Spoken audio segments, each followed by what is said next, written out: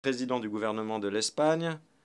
L'Assemblée va maintenant écouter une allocution de son Excellence Alamaye Alina, Premier ministre, chef du gouvernement de la République du Tchad, et je prie le protocole d'accompagner son Excellence.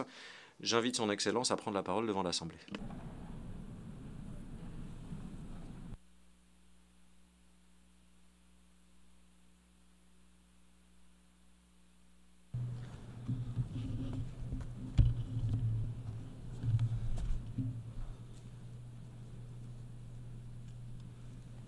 Madame la Présidente, Mesdames et Messieurs les chefs d'État et de délégation, Mesdames et Messieurs, avant tout propos, au nom du Président de la République du Tchad, de ma délégation et en mon nom propre, je tiens à adresser mes chaleureuses félicitations à M. Filmo Yang, ancien Premier ministre de la République du Cameroun, pour sa brillante élection à la présidence de la 79e session de l'Assemblée générale. Je lui souhaite un plein succès dans sa mission et l'assure du soutien de la délégation tchadienne tout au long de son mandat. Je tiens également à exprimer nos sincères remerciements et nos vives félicitations à M. Denis Francis, président sortant de l'Assemblée générale, pour l'excellent travail accompli au cours de son mandat. Je voudrais aussi faire part de ma très haute appréciation et de mon soutien total à M. Antonio Guterres, le secrétaire général de l'ONU, pour son leadership et son engagement en faveur d'une organisation des Nations unies renouvelée, capable de répondre aux attentes des peuples du monde. Excellences, Mesdames et Messieurs, le thème de cette session, l'unité dans la diversité, pour l'avancement de la paix, du développement durable et de la dignité humaine, partout et pour tous, résonne profondément avec les aspirations et les défis que nous rencontrons au Tchad, en Afrique et dans le monde entier. La promotion de la paix, du développement durable et de la dignité humaine ne doit pas rester un slogan ou un exercice rhétorique.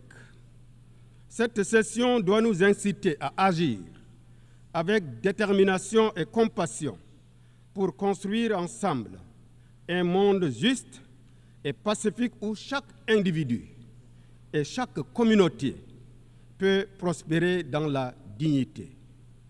Pour ce qui concerne le Tchad, mon pays, comme de nombreux pays du Sahel, la paix demeure un enjeu crucial. Bien que nous soyons confrontés à des défis, il est essentiel de reconnaître les efforts déployés par nos États face aux groupes terroristes dont les origines et les ressources restent obscures et qui menacent nos institutions, entravent nos efforts de développement et exacerbe la misère des populations.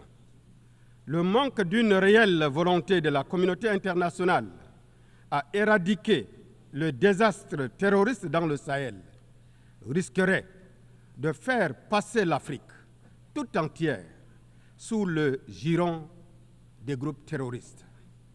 Nous sommes convaincus qu'un engagement ferme de la communauté internationale est nécessaire pour faire face à ce défi. Ensemble, nous devons gagner cette lutte contre le terrorisme en renforçant notre coopération pour promouvoir la stabilité de notre continent et partant celle du destin commun de l'humanité. Excellences, Mesdames et Messieurs, à l'échéance de 2030, nous évaluerons ensemble l'agenda des Nations unies sur le développement durable. Le Tchad, comme de nombreux pays africains, se trouve à un carrefour où convergent des défis multiples, notamment les changements climatiques qui menacent notre sécurité alimentaire, les sécheresses prolongées, la désertification et les inondations imprévisibles mettent à mal nos économies et les populations vulnérables. Nous appelons donc la communauté internationale à honorer ses engagements en matière de financement et de justice climatique, ainsi qu'au transfert des technologies vertes. Le Tchad, sous la conduite du président Mahamat Idriss Déby Itno, élu démocratiquement sur la base d'un programme politique structuré, ambitieux, et que j'ai l'insigne honneur de représenter à cette 79e session, travaille sans relâche pour améliorer l'accès à l'éducation, à l'eau potable, à l'énergie, aux soins de santé et aux opportunités économiques. Nous devons combattre la pauvreté et les inégalités, surtout celles basées sur le genre, en construisant un partenariat mondial renouvelé qui reconnaît les besoins spécifiques des pays les moins avancés et qui engage une inclusion totale. Nous demandons un accès équitable aux vaccins ainsi qu'aux technologies médicales de pointe, car la santé et l'éducation sont les fondements de la dignité humaine. Nous sommes également déterminés à promouvoir l'inclusion sociale, l'autonomisation des femmes et des jeunes et la protection des droits humains. À cet égard, le soutien de la communauté internationale est crucial. Excellences, Mesdames et Messieurs, l'avenir que nous façonnons aujourd'hui déterminera le monde que nous voulons léguer aux générations futures. Au Tchad, notre jeunesse, représentant plus de 65% de la population, est notre plus grande richesse. Nous investissons dans son éducation et sa participation à la vie politique pour éviter son instrumentalisation par le radicalisme et l'extrémisme violent. Par ailleurs, nous appelons l'Organisation des Nations Unies à soutenir un marché de travail ouvert et à garantir un environnement propice à l'épanouissement de la jeunesse. L'immigration de la jeunesse africaine trouve ses explications dans le grand fossé qui sépare nos États, alors que nous avons un destin commun. Mesdames et Messieurs, dans le cadre de notre politique intérieure, nous sommes fiers de notre transition politique couronnée par les élections libres, démocratiques et transparentes qui ont consacré l'élection du président de la République, Mahamat Idriss Déby Itno, à la magistrature suprême de notre pays pour un mandat de 5 ans le 6 mai dernier. Ce tournant témoigne de notre engagement envers une gestion pacifique, démocratique et inclusive du pays, renforçant ainsi notre démocratie. Excellences, Mesdames et Messieurs, le changement climatique représente également un défi mondial majeur, avec des conséquences dévastatrices dans les régions vulnérables comme le Sahel. Les récentes inondations dans mon pays, avec plus de 1,5 million de personnes affectées, illustrent cette réalité. Devant l'ampleur de cette situation, nous faisons appel à la solidarité internationale pour faire face à cette urgence. En parallèle, notre pays accueille plus de 2 millions de réfugiés, représentant environ plus de 15% de notre population. Cette situation pèse lourdement sur nos ressources et aggrave l'urgence humanitaire. Ce chiffre s'explique par un afflux massif de réfugiés soudanais, conséquence de la crise dans leur pays, s'ajoutant aux centaines de milliers de réfugiés provenant d'autres pays voisins. Nous appelons à une solidarité renforcée de la communauté internationale pour soutenir les réfugiés ainsi que les populations hôtes. Excellences, Mesdames et Messieurs, la poursuite des hostilités au Soudan prolonge les souffrances des populations civiles soudanaises et aggrave la situation humanitaire tant dans les zones de combat que dans les pays voisins tels que le Tchad, qui continue de voir affluer chaque jour des nouveaux réfugiés. Le Tchad déplore que de nombreux appels à un cessez-le-feu ne soient pas entendus par les parties belligérantes. Mon pays est vivement préoccupé par la poursuite des affrontements au Soudan, accentuant la détérioration de la situation humanitaire et ses répercussions sur les pays voisins, dont le Tchad. Le Tchad réitère, une fois de plus, son appel pressant aux parties en conflit pour qu'elles cessent immédiatement les hostilités et facilitent un accès humanitaire sans entrave aux millions de victimes de cette guerre fratricide et renoue le dialogue politique.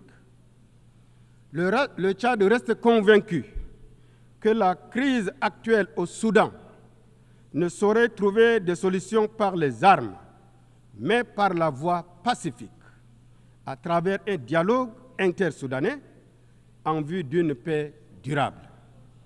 Le Tchad réaffirme, enfin, son soutien à toutes les initiatives en cours pour restaurer la paix et la stabilité au Soudan.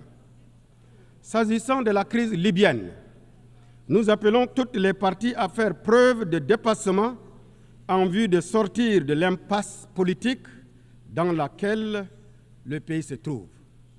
Excellences, Mesdames et Messieurs, les conflits ne se limitent pas qu'à l'Afrique. La situation en Ukraine, tout comme le conflit israélo-palestinien, souligne les dangers de ces violences injustifiées qui font tant de victimes innocentes sur fond de tensions géopolitiques de plus en plus vives.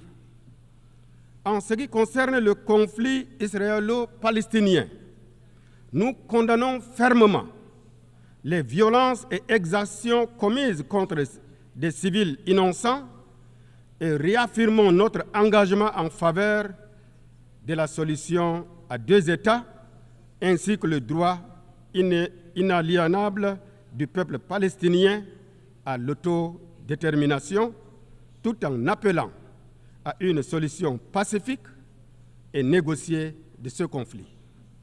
Le monde ne peut rester insensible et avoir la conscience tranquille face aux images insoutenables qui nous proviennent de la bande de Gaza et d'autres localités palestiniennes. Ce conflit s'étend désormais au Liban, ce qui aggrave la situation régionale.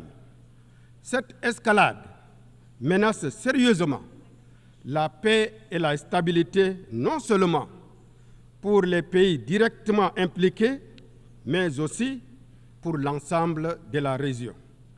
Le Tchad plaide pour la levée de l'embargo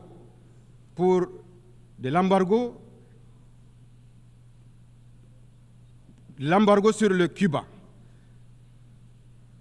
qui nuit à son peuple et entrave son développement.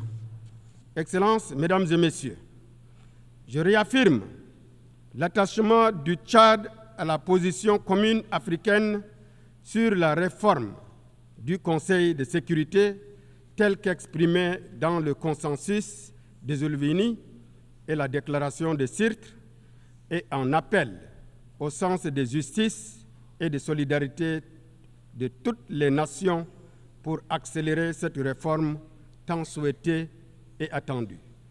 L'Afrique ne demande pas autre chose que la réparation d'une flagrante injustice causée à tout un continent qui compte plus de 1 milliard d'âmes, privées injustement de sa place légitime dans la gouvernance mondiale.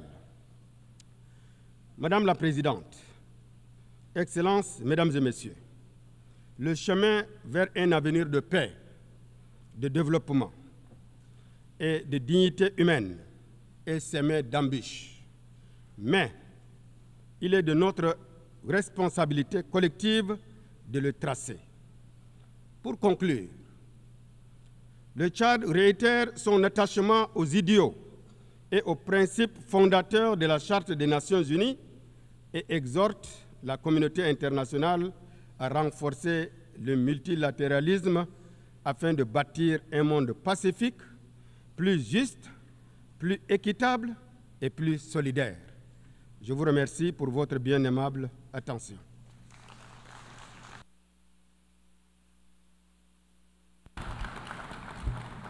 En nombre de la Asamblea doy las gracias al primer ministro y jefe de gobierno.